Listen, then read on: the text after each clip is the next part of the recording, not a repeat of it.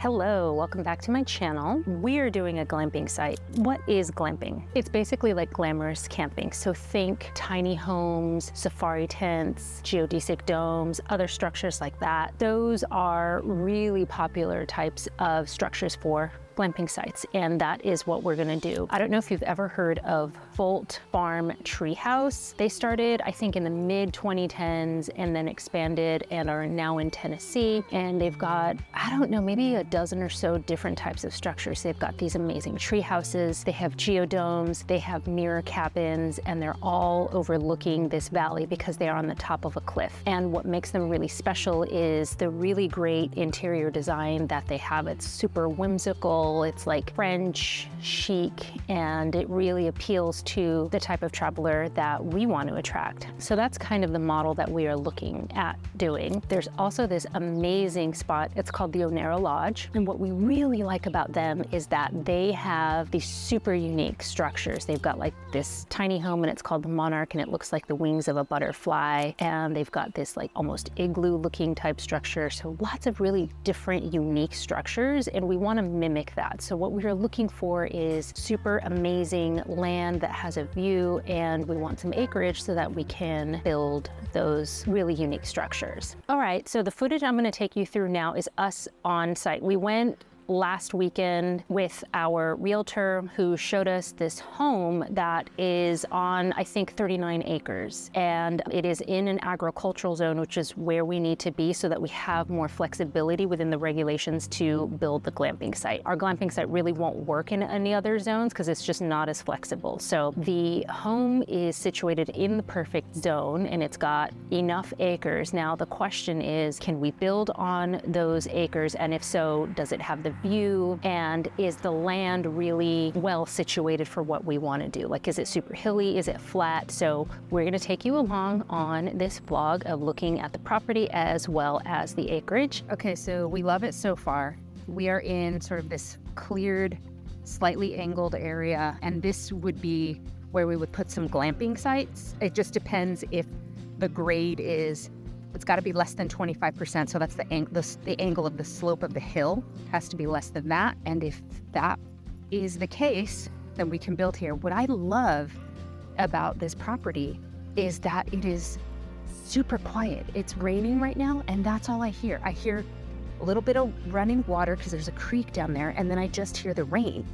It's like super secluded and rustic and quaint. So far, this place is quite a contender. Now, the location that we want to do these glamping sites is in Frederick County, Maryland. We are about 1 hour outside of Washington, D.C. We're about 20 minutes from Harpers Ferry, West Virginia. We're about 35 minutes from Gettysburg, and we're about an hour from the north entrance of the Shenandoah Valley National Park. So it's a really great location for people who live in a big city like Washington, D.C., people who want to visit places like Gettysburg or Shenandoah. So it's really well situated, and there's nothing else like it in this county, which is why we want to do it. We really want to make this county more of a destination location. So here is the barn behind us. It's really old. It probably needs to be torn down and rebuilt, but the foundation looks good. So this could be like an event space, wedding space,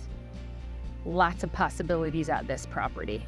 And we also want to be in this area because it's really close to where we live, and it's going to be a lot easier for us to manage, especially being our first really big structure like this. So those are the reasons that we are picking this location. When it comes to the type of property that we want to buy, we really have two options. One, we can buy raw land. That is, there's no building on it. It has nothing but trees and bush and grass, and it needs to be developed. Now, the pros of buying raw land are that you can pretty much do whatever you want with it. Of course, making sure that it's in the right zoning district. It's a blank slate. You can kind of create what you want. You're not having to necessarily work around some existing structures or potential challenges, but that's not always the case when it comes to raw land. The other thing to think about when it comes to raw land is you have to be able to locate your utilities. So that is water, sewage, and electricity. So you have to be able to bring those things or you have to have an ability to do things like drilling a well in order to get fresh drinking water, or maybe you could even do solar for electricity, but I don't know that I would necessarily want to pursue that route for this type of structure. So we're going to want to be able to tap into the municipal electricity and at least have the ability to drill a well or tap into city water. So in addition, you may have to clear a lot of land, and that can cost a lot of money and take a lot of time. We actually started that process with our first glamping site that we began to build, and it's a challenge because you tend to need different contractors for each phase of clearing. So you might get one person to remove trees, then you might need another person to grind down the tree stumps and pick up all of the stuff that's left after you tear trees down. Then you might need another contractor to come in and make the ground nice and level. Then you'll need another person to come in and put in a road. So it's very contractor intensive to develop raw land, and that's without even putting in things like a septic tank and drilling a well. So it is very expensive and it is very contractor heavy. So you will need to do that in a place where you have access to those contractors. So we are here at another property that we found. So far it's really great. It's super secluded but not far away. It's only about 15 minutes from Frederick, Maryland. It's right next to 3 state parks. The property itself is pretty big. It's almost 30 acres and super quiet. I love how quiet it is. Now, the other option is to do what's called a land hack, and that is you can buy a home or like a farm that has plenty of acres that is, of course, located in the zone that you want to be in. And what I like about that is that you're going to have existing infrastructure that you could potentially tap into. So that's really the option that we want to go with. It also makes it so that we can qualify for a traditional home loan, which you cannot do with land. Usually with land, you have to buy it in cash or you have to bring at least half of the money down. And with a regular home, you can just get a traditional mortgage and even do the low money down mortgages. And so that's really attractive to us, which is why we're going that route. Okay, so we saw the property. There were some things we liked. There were some things we didn't like. A funny story about that trip to that land was that you saw the footage of us driving through in our realtor's Jeep.